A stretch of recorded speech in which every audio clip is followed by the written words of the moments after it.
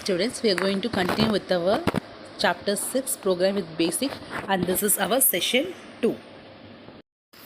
Under this, today we are going to discuss language, what is the use of the language, and under computer language we are going to discuss three types of computer language: machine language, assembly language, high level language, and what is basic and what is character set, what is constant, and what are two types of constants.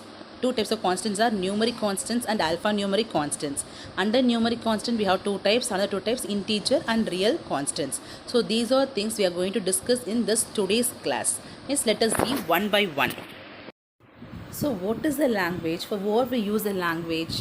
We use language for communicating with other persons. Yes, same way language is a medium through which we can express our share or thoughts and ideas to others. Only use of language we are able to communicate. For example, we know Tamil, so we communicate in Tamil. If we know Hindi, we can communicate in Hindi. If we know English, we can communicate in English. Same way, there is a language for computer also. Do you understand? So a language is very important for us to communicate with others. So same way, a language is very important in computer to communicate with the computer. Okay, clear for you? What are the three language we are going to discuss? Yes, what are they? Machine language, assembly language, high level language. Machine language, assembly language, high level language. Let us see one by one. First one is machine language. Machine language is also called as the low level language. It is the only language is directly understood by the computer. That is, a computer can understand only one language which is of zeros and ones. These are called as binary digits. Do you understand? Machine language is the only language which can be directly understood by the computer. Computer doesn't know Tamil, Hindi, Urdu or etc. any other language.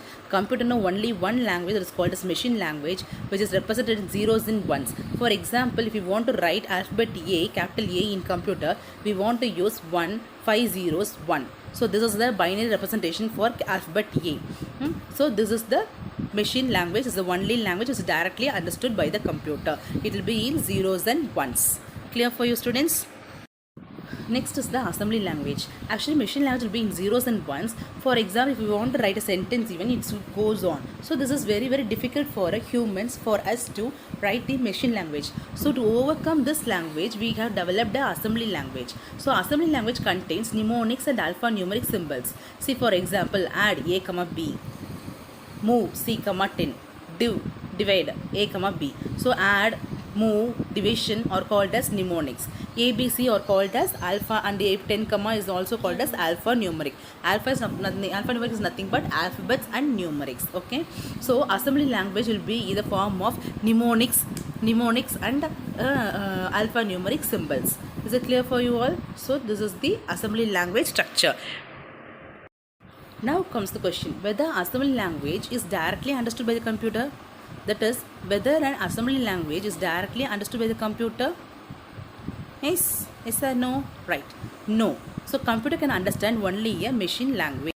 So the answer is no. Assembly language is not directly understood by the computer, because machine language only language can be understood by the computer. So what can we do to make the computer understand assembly language?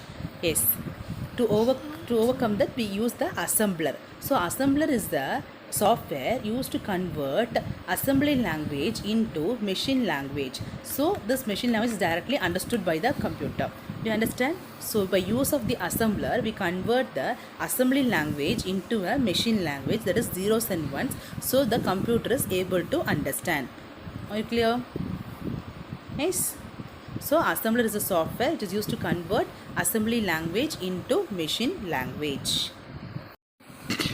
Next is the high level language. So this is developed during third generation. Yes. So assembly language is also very tedious for writing a large programs. If it is small addition program, subtraction program, we can write it easily. But when it goes for a very large complex program, it is very difficult to write in assembly language. So to overcome that, we developed a high level language. This will be in certain English words, simple and small and easy character set, operator, maximum notation, which makes the program easy to understand. Actually, this will be in simple English, so it will be easy to understand. For example, Java Java, C++, Basic, Fortran, Pascal. Yes, so high level language or certain English words, simple, small and easy character set. Character set is nothing but A, B, C, D, operators plus or minus, mathematical notation, alpha, beta, etc. Sigma. These are the mathematical notations, right? Next comes the question whether the high level language is directly understood by the computer. Think and tell. Whether the high level language is directly understood by the computer. Right. The answer is no. Why? Because computer can understand only the machine language. So what we can do to make the computer to understand the high level language? We use the compiler or interpreter to convert the high level language into a machine language. So what we use here, compiler or interpreter is used to convert the high level language into machine language. So what is the use of compiler or interpreter? So this compiler or interpreter, it converts the high level language into machine language for a computer to understand. First is the BASIC. BASIC is an acronym for Beginner's All-Purpose Symbolic Instruction Code. It was developed by John G. Kemeny and Thomas E. Kurtz in the year 1964. It is also one of the high-level programming language. It is easy to write programs and execute in BASIC. Like all other language, it also has a character set, variables and constants. Yes. So what is the BASIC? Beginner's All-Purpose Symbolic Instruction Code. This is the language developed by John G. Kemeny and Thomas E. Kurtz, which is the year 1961. Yes, it is one of the high-level language.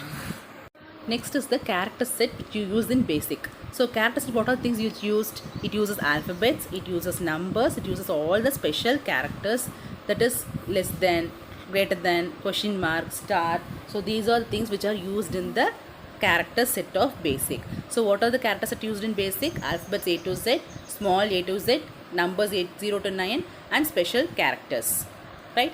Next is constants. So what are constants? Constants means that is never changes during the program execution.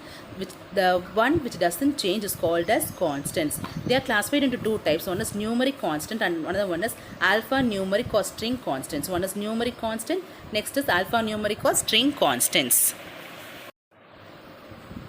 So under numeric constants we have two categories. One is integer constants, another one is real constants. One is integer constants and next one is real constants. So what is integer constant? A number without decimal value is called as integer constant. For example, it can be positive number or negative number, but it does not contain decimal value, is called as integer constant. Real constant is same way, same positive numbers and negative numbers with the decimal point is called as real constants. Next is alphanumeric or string constant. Is number or group of characters enclosed within double quotes are called as string constants. Can you see the example? Is computer, which is declared inside a double quotes. These are called as string or numeric constant. So can you see? Computer, basic, good boy, lotus, 1, 2, 3, etc. Everything is declared within double quotes. So these are the examples of alphanumeric or string constants. I have given few questions for you. Yes, kindly find the answer. Yes, scroll the videos and you can find the answer for everything in the video itself and write the answer and post back in your corresponding group. Here students. Yes students, it's time to say bye-bye. Thank you.